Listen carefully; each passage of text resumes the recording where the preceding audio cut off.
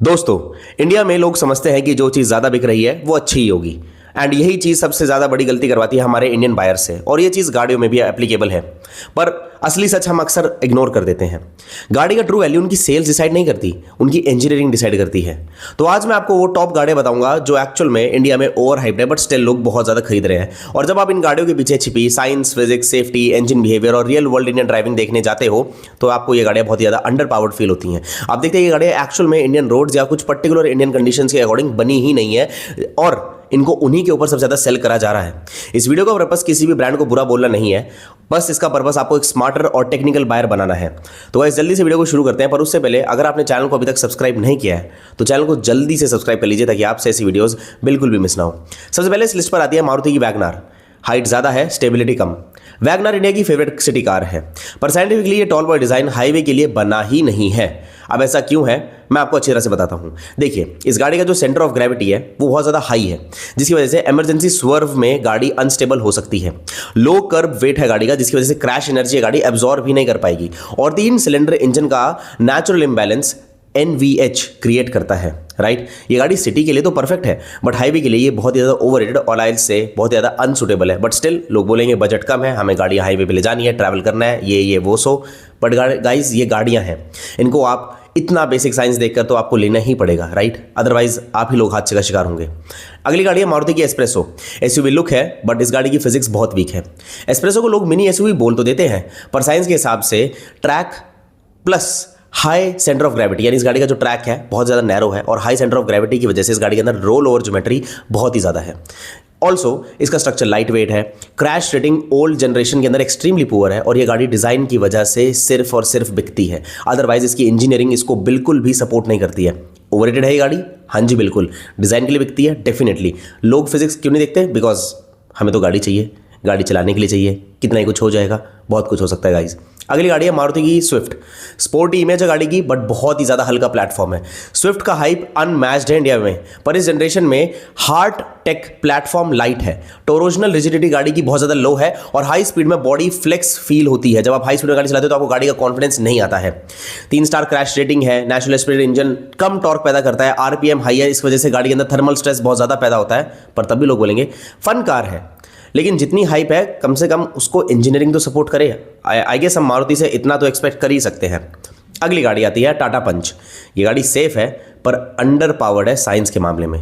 पंच का जो डिज़ाइन है, जो ग्राउंड क्लियरेंस है, सेफ्टी है, सॉलिड है, ठीक है माना, पर 1.2 litre natural speed engine heavy body comparison में बहुत ज़्यादा अंडर पावर्ड फील होता है। पावर टू वेट रेशियो गाड़ी का बहुत ज़्यादा लो है। इंजन को ज़्यादा काम करना पड़ता है just to get the job done, और जब RPM बार बार हाई जाता है तो इंजन का जो थर्मल स्ट्रेस है वो बहुत ज़्यादा इंक्रीज होता है। तभी आपको टाटा की गाड़ियाँ सड़कों पर कम और सर्विस सेंटर्स में ज़्यादा दिखती हैं। AMT वर्जन में क्लच वेयर भी बहुत ज़्यादा हाई है इसी वजह से, राइट? पंच ओवररेटेड नहीं है, बस परफॉर्मेंस साइंटिफिक लेवल के बिलो एक्सपेक्टेशंस हैं, राइट? बट स्टिल देश का लोहा है, हम तो लोग खरीदेंगे ही। ये चीज़ ही लोगों को अभी भी पंच खरीदने पर मजबूर कर देती है, राइट? नेक्स्ट गाड़ी आती है हमारी मोस्टली लोगों की सो कॉल्ड पावरफुल गाड़ी, Mahindra Thar. Of road king तो बोलते हैं, बट डेली यूज़ के लिए ये सबसे ज़्यादा मिसफिट गाड़ी है। थार को इंडिया में लोग डेली ड्राइवर की तरह यूज़ करने लग गए हैं, पर ladder framework, short wheel base और हाई सेंटर ऑफ ग्रेविटी, मतलब हाई बॉडी रोल होगा गाड़ी के अंदर, ब्रेक डाइव होगा और बाउंस होगी आपकी गाड़ी।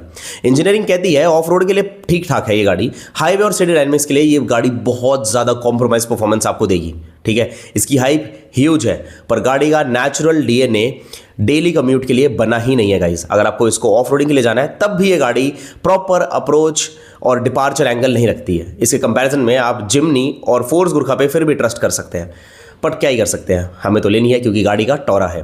अब बात करते हैं रेनॉल्ट क्विड की। ये दिखती तो पावरफुल है, बट इसके अंदर स्ट्रक्चर बिल्कुल खत्म है। क्विड का डिज़ाइन क्रॉसओवर जैसा है, बट प्लेटफॉर्म एक्सट्रीमली लाइट है। ट्रैक नैरो है, इसकी वजह से गाड़ी की स्टेबिलिटी वीक है। 3 सिलेंडर इंजन नॉइज वाइब्रेशंस बहुत ज़्यादा प्रोड्यूस करता है, और क्रैश सेफ्टी इसकी बहुत ही ज़्यादा पुअर है। इसका हाइप डिज़ाइन बेस्ड है, बट इंजीनियरिंग बेस्ड नहीं है। लोग तब भी खरीदेंगे क्योंकि गाइस वही बजट कम है, इसलिए सेफ्टी पे, फिजिक्स पे हम कॉम्प्रोमाइज़ कर सकते हैं। Mahindra Scorpio classic. अगली गाड़ी ये है, पावर ज़्यादा है पर इसका गाड़ी का कंट्रोल ही नहीं है। स्कॉर्पियो क्लासिक की रोड प्रेजेंस धमाकेदार है, लेकिन लैडर फ्रेमवर्क का फिजिक्स बहुत ही ज़्यादा सिंपल होता है गाइस। जितना ज़्यादा हाई सेंटर ऑफ ग्रेविटी उतना ज़्यादा बॉडी रोल, जितना वेट हैवी उतना ज़्यादा ब्रेक डाइव आपको पड़ेगी। इमरजेंसी लेन चेंज अगर आपको करनी पड़े तो लेटरल स्टेबिलिटी बहुत ज़्यादा पुअर है गाड़ी की, आपकी गाड़ी लुढ़क सकती है। पावर होती है but control and stability engineering के हिसाब से लिमिटेड है, तो आप पावर को भी यूटिलाइज नहीं कर पाएंगे। इसलिए ओवरसोल्ड ओवररेटेड गाड़ियों की लिस्ट में महिंद्रा की ये स्कॉर्पियो क्लासिक भी हमारे शामिल हो जाती है। गाड़ी का टोरा है but I hope Mahindra definitely एक दिन इसको कंट्रोल स्टेबिलिटी में भी बेटर बनाए। Maruti Alto K10, light weight का साइड इफेक्ट ये गाड़ी सबसे क्लियर एग्जांपल है। ऑल्टो K10 इंडिया की रिलायबल बजट कार है, पर अल्ट्रा लाइट स्ट्रक्चर का मतलब है भाई क्रैश एनर्जी गाड़ी के अंदर है ही नहीं, ठुकते ही गाड़ी जवाब दे जाएगी। 3 सिलेंडर मतलब वाइब्रेशन ओवर लॉन्ग रन्स बहुत ही कॉमन है, राइट। पूरा पूरा कैबिन आपका इंजन के वाइब्रेशन से भरा होगा। नैरो टायर्स मतलब ब्रेकिंग डिस्टेंस बहुत लॉन्ग है। हाईवे हीट साइकिल्स में इंजन स्ट्रेन किया अपना नॉर्मल दम कुछ ही टाइम में तोड़ देगा।